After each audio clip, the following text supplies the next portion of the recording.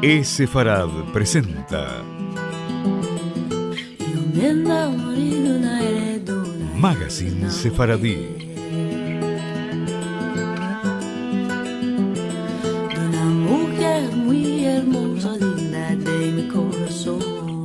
Una producción de Radio High y Radio Sefarad.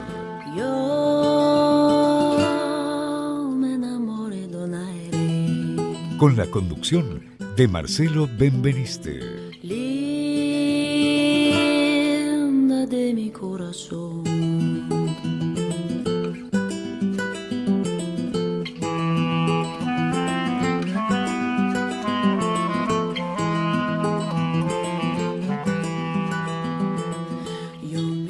Hola amigos, bienvenidos a esta nueva emisión de Sefarad Magazine Sefaradí. Este es el programa número 452. Desde hace varios programas venimos dedicándolos a las comunidades judías de Grecia y ya habíamos pasado por Atenas, por Yanina y por Beria, y la semana pasada habíamos comenzado con Salónica, una historia digna de ser conocida al punto que será merecedor no solo de estos dos programas, sino de algunos más. Es la historia de una comunidad que supo de esplendor y de hambruna, supo de prosperidad y de exterminio. En aquel programa de la semana pasada hablamos de los primeros judíos que llegaron a Salónica desde los comienzos de la era común, del censo que ya Benjamín de Tudela había hecho en el 1170, de la llegada de los españoles y portugueses a partir de 1492 y cómo fue prosperando desde allí la comunidad judía de Salónica, llegando a tener más de 50 sinagogas como muestra de ese esplendor. También vimos en aquel programa las actividades económicas y cómo creció la economía de los miembros de la comunidad a partir de confeccionar los vestidos para el ejército turco, más precisamente para los genízaros, y de cómo se empobrecieron al decaer este negocio. En el programa de hoy, el segundo de la historia de la comunidad judía de Salónica, vamos a entrar en lo que se dio en llamar la esclerosis del judaísmo y de la llegada de Shabbatai Tzvi y cómo fue el proceso de renovación en términos de industrialización del movimiento filosófico judío y del activismo político y social. Y nos van a quedar seguramente un par de programas más para completar toda la historia de los judíos de Salónica.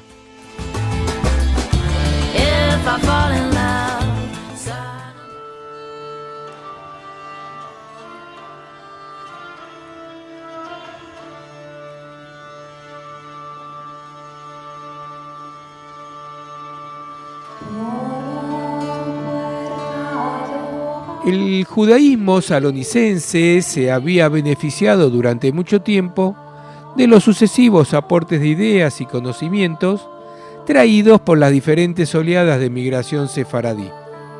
Al ir estas decreciendo a lo largo del siglo XVI, el pensamiento judaico se hundió en la rutina, empobreciéndose considerablemente.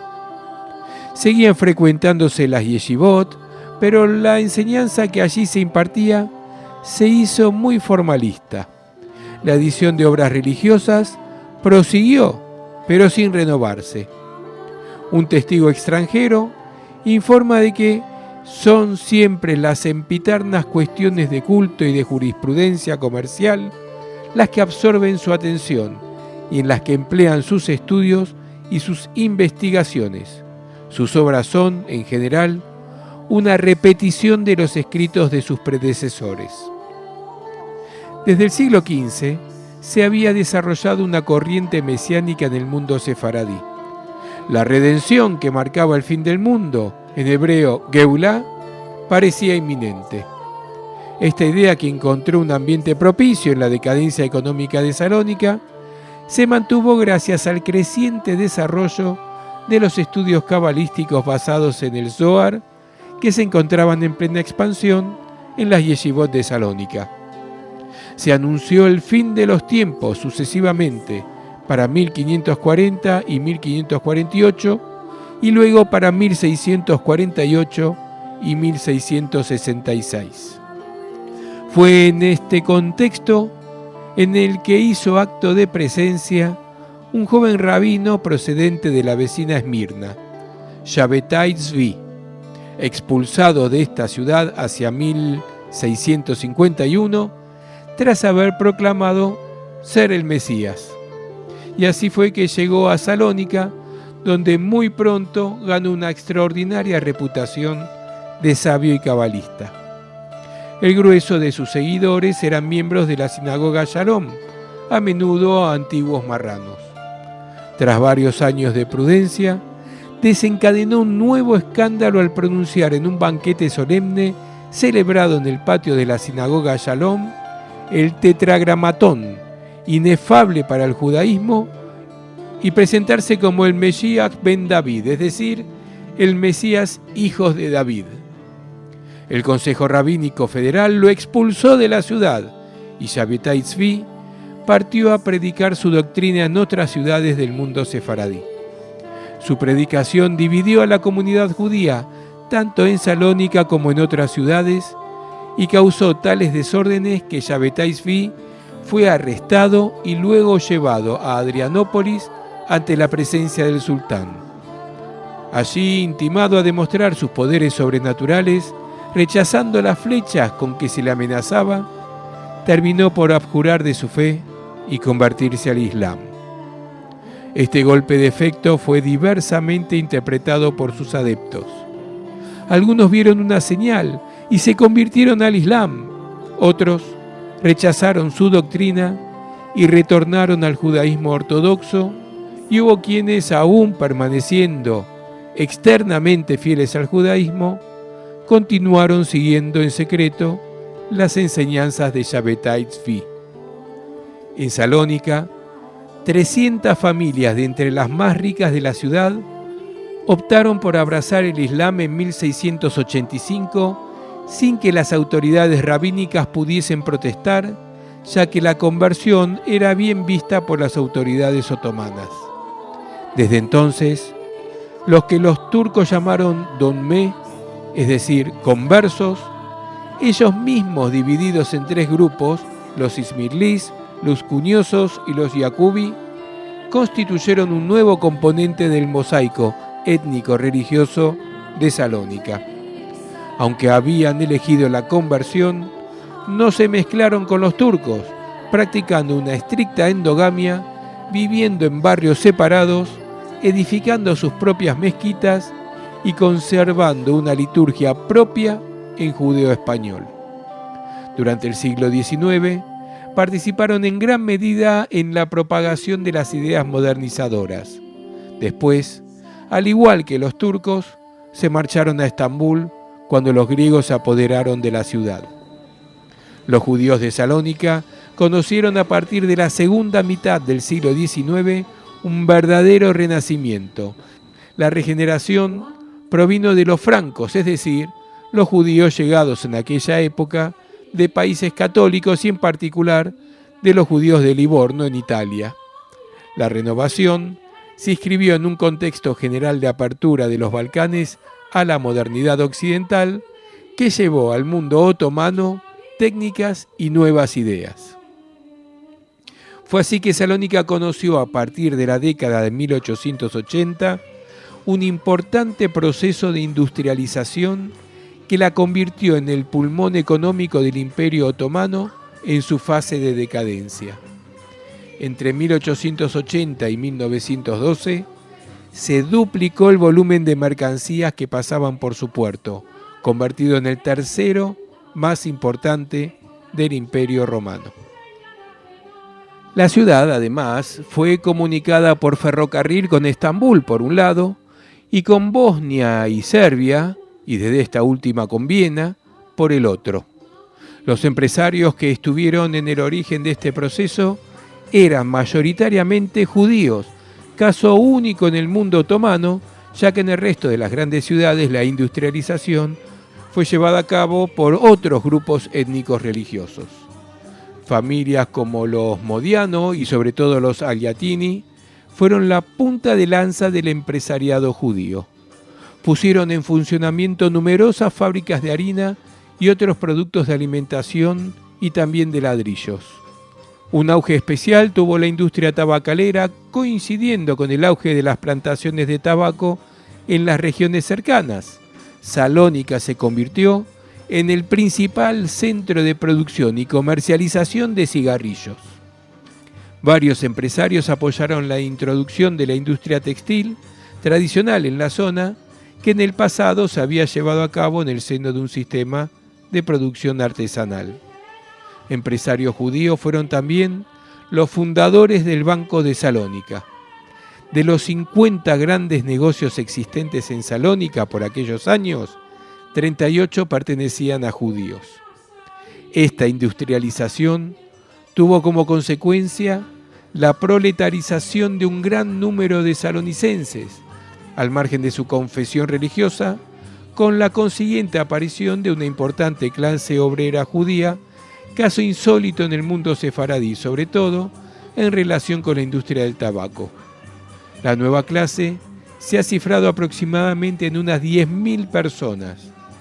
Los empresarios contrataban a su mano de obra sin distinción de religión o de etnia, al contrario de lo que se hacía en otros lugares del Imperio Otomano, lo que contribuyó al surgimiento de movimientos obreros no etnicistas, aunque influidos por la emergencia de las cuestiones nacionales. Al mismo tiempo surgía la Ascalá, el movimiento filosófico judío inspirado en la Ilustración europea, que llegó al mundo otomano a finales del siglo XIX, después de haberse propagado entre las comunidades judías de Europa occidental y oriental. Los mismos que llevaron a cabo la renovación económica de Salónica se convirtieron en los emisarios de este nuevo movimiento. El primer campo de acción de estos masquilim, y en primer lugar del empresario livornés Moïse Aliatini, fue la educación. En 1856, con la ayuda de los Rothschild, fundó en los anexos de la escuela Talmud Torá y, por lo tanto, con el consentimiento de los rabinos, ganados para su causa gracias a sus importantes donaciones para obra de beneficencia, fundó, decíamos, la escuela Lippmann, una institución modelo dirigida por el profesor Lippmann, un rabino progresista de Estrasburgo. Tras 5 años de existencia, el establecimiento cerró sus puertas y Lippmann debió abandonar la ciudad bajo la presión del rabinato en desacuerdo con sus innovadores métodos educativos. Sin embargo, tuvo tiempo de formar a un buen número de alumnos que años después tomarían su relevo. El doctor Aliatini instó en 1862 a su cuñado, Salomón Fernández, a fundar una escuela italiana gracias a una donación del Reino de Italia. Fracasaron varios intentos de implantar la red de escuelas de la Alianza Israelita Universal, debido a la presión de los rabinos, que no admitían que una escuela judía pudiese estar patrocinada por la embajada francesa. Pero la necesidad de centros educativos era tan acuciante que los partidarios de su implantación tuvieron finalmente éxito en 1874 gracias al mecenazgo de Aliatini, convertido en miembro del Comité Central de la Alianza Israelita Universal en París. La red educativa de esta institución se extendió rápidamente. En 1912 contaba con 9 escuelas, tanto masculinas como femeninas, que atendían a todos los niveles educativos, desde preescolar hasta secundaria, en tanto que las escuelas rabínicas se encontraban en franca decadencia. Esto trajo como consecuencia una duradera implantación del francés en la comunidad judía de Salónica, al igual que en todo el mundo judío oriental.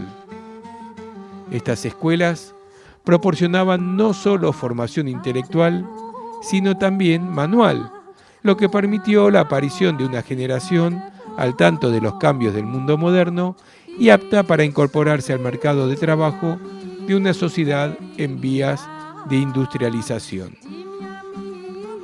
La irrupción de la modernidad se tradujo también en la creciente influencia de nuevas ideas políticas provenientes de la Europa occidental. Los judíos no fueron indiferentes a esta agitación política y tomaron parte activa en ella. En 1908, la Revolución de los Jóvenes Turcos, cuyas principales bases estaban en Salónica, proclamó la monarquía constitucional y adoptó como ideología el otomanismo, que proclamaba la igualdad de todos los millet en el seno del imperio. Algunos judíos de Salónica tuvieron un influyente papel en el movimiento de los jóvenes turcos, mayoritariamente musulmán, pero fue sobre todo en el campo social en el que los judíos estuvieron más activos. A partir de esta época, un viento de libertad sopló sobre Salónica, permitiendo a los movimientos obreros estructurarse y embarcarse en luchas sociales por la mejora de las condiciones de trabajo. Una tentativa de unión de las diferentes nacionalidades en el seno de un solo movimiento obrero tuvo lugar con la formación en 1909 de la Federación Obrera Socialista, dirigida por Abraham Benaroya, judío salonicense, educado en Bulgaria. La federación, reconocida por la Segunda Internacional, emprendió la publicación de un órgano en 4 lenguas, el Journal del Laborador, 1909-1910, que se difundía en griego, en turco, en búlgaro y, sí señores, en judeo español. Más adelante aparecerían otras publicaciones como Solidaridad Obradera y Avanti.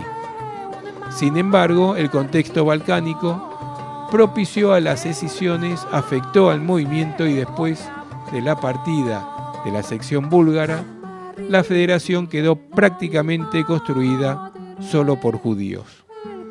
Finalmente, en 1918, terminaría por integrarse en el Partido Socialista de los Trabajadores de Grecia, germen del futuro Partido Comunista.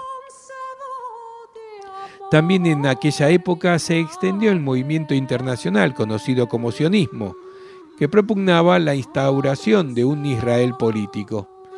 Su auge se inició coincidiendo con las guerras de los Balcanes y estaba estrechamente relacionado con el rechazo que suscitó entre la población hebrea la integración de la ciudad en Grecia, así como con el incremento del antisemitismo entre la población helena. En 1919 se fundaron 2 asociaciones de importancia, la Federación General de los Sionistas de Grecia y el Grupo Mizrahi, de carácter más religioso y conservador. Ambas asociaciones publicaban periódicos en francés y judío-español. El sionismo encontró en Salónica la competencia y oposición de la Federación Obrera Socialista, manifiestamente antisionista, y al no tener éxito entre la clase obrera, se volvió hacia los burgueses e intelectuales menos numerosos. Para 1912, tras la Primera Guerra de los Balcanes, los griegos se apoderaron de Salónica junto con los búlgaros y después terminaron por incorporar la ciudad a su territorio.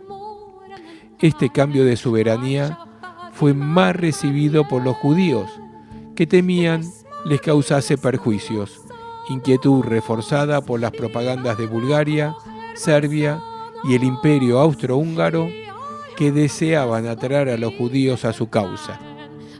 Ciertos judíos abogaron entonces por la internacionalización de la ciudad, bajo la protección de las grandes potencias europeas, pero su propuesta poco eco tuvo, ya que los países europeos terminaron por aceptar los hechos consumados. Los griegos, sin embargo, tomaron ciertas medidas provisionales con el objeto de favorecer la integración de los judíos, como por ejemplo permitirles trabajar los domingos para así poder observar el Shabbat.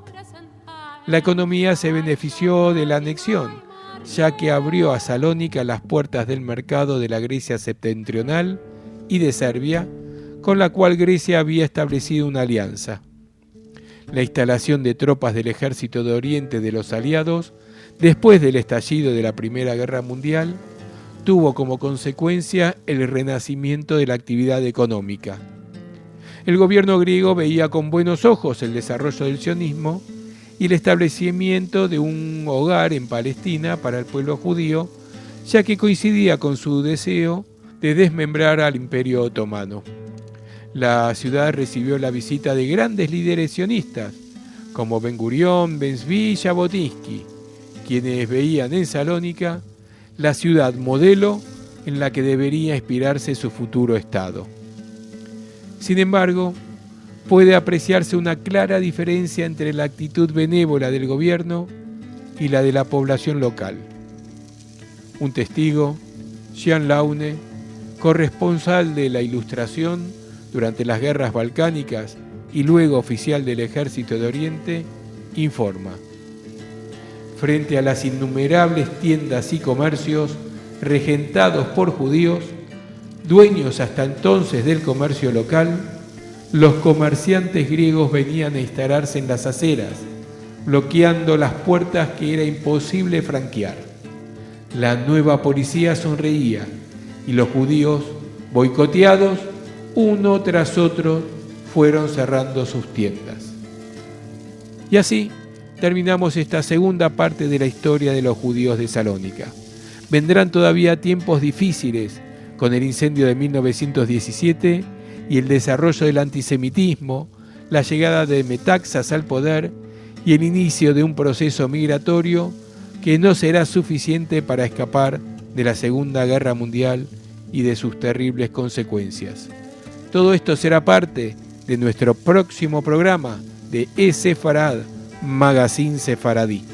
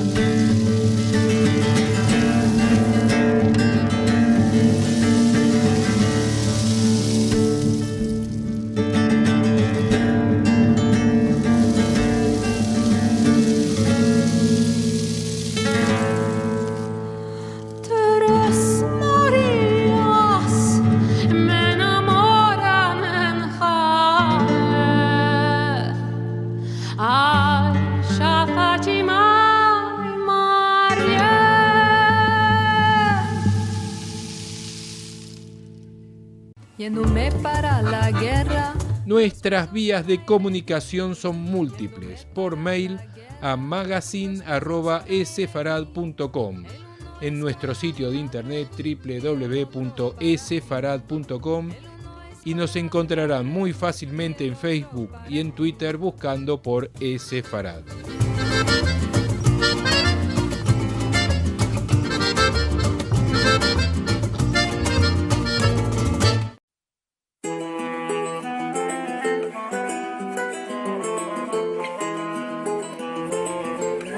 Música.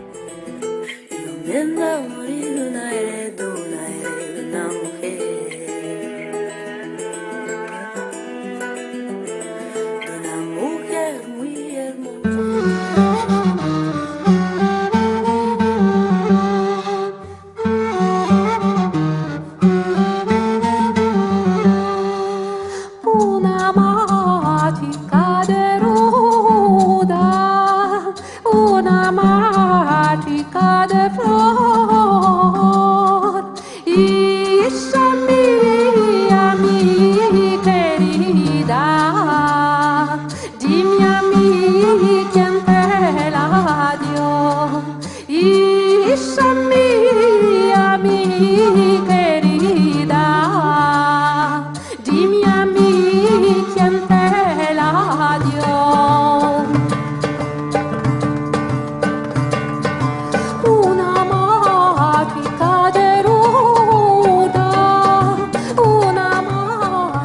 Y así termina nuestro programa de hoy, en el que recorrimos la segunda parte de la historia de los judíos de Salónica. Yo me despido, mi nombre es Marcelo Benveniste, los espero la semana que viene, como siempre a lo largo de todo el viernes en radiosefarad.com y los domingos a las 6 de la tarde por radiohai.com.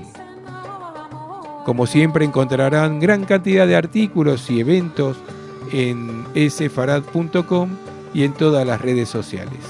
Los espero la semana que viene y ahora nos vamos escuchando buena música. Vamos a escuchar Los Bilbilicos por Ana Ribeiro y Marcin David Kroll. Semanada buena.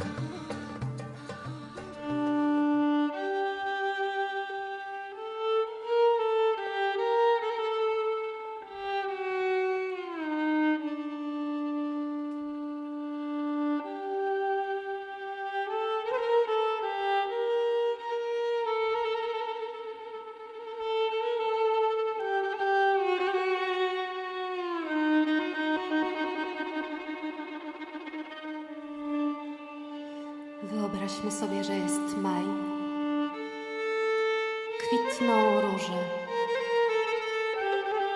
a słowiki śpiewają o miłości.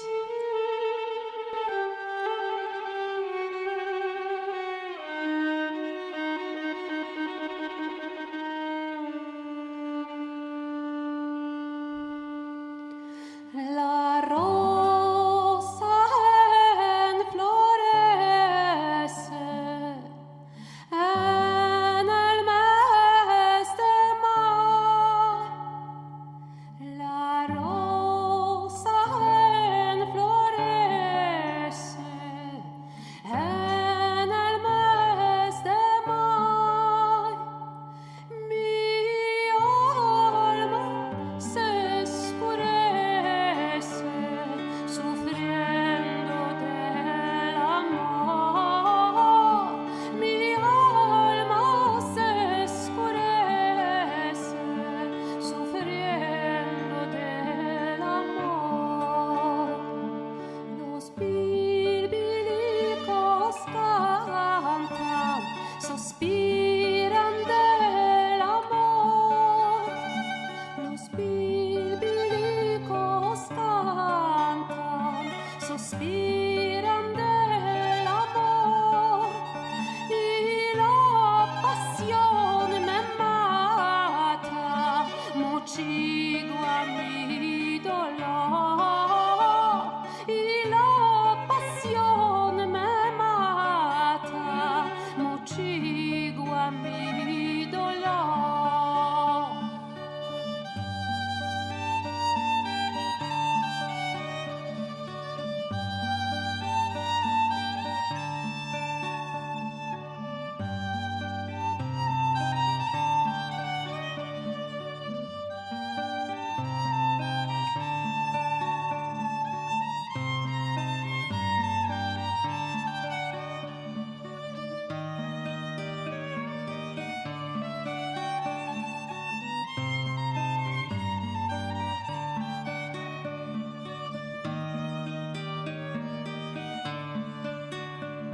Más presto ven colomba, más presto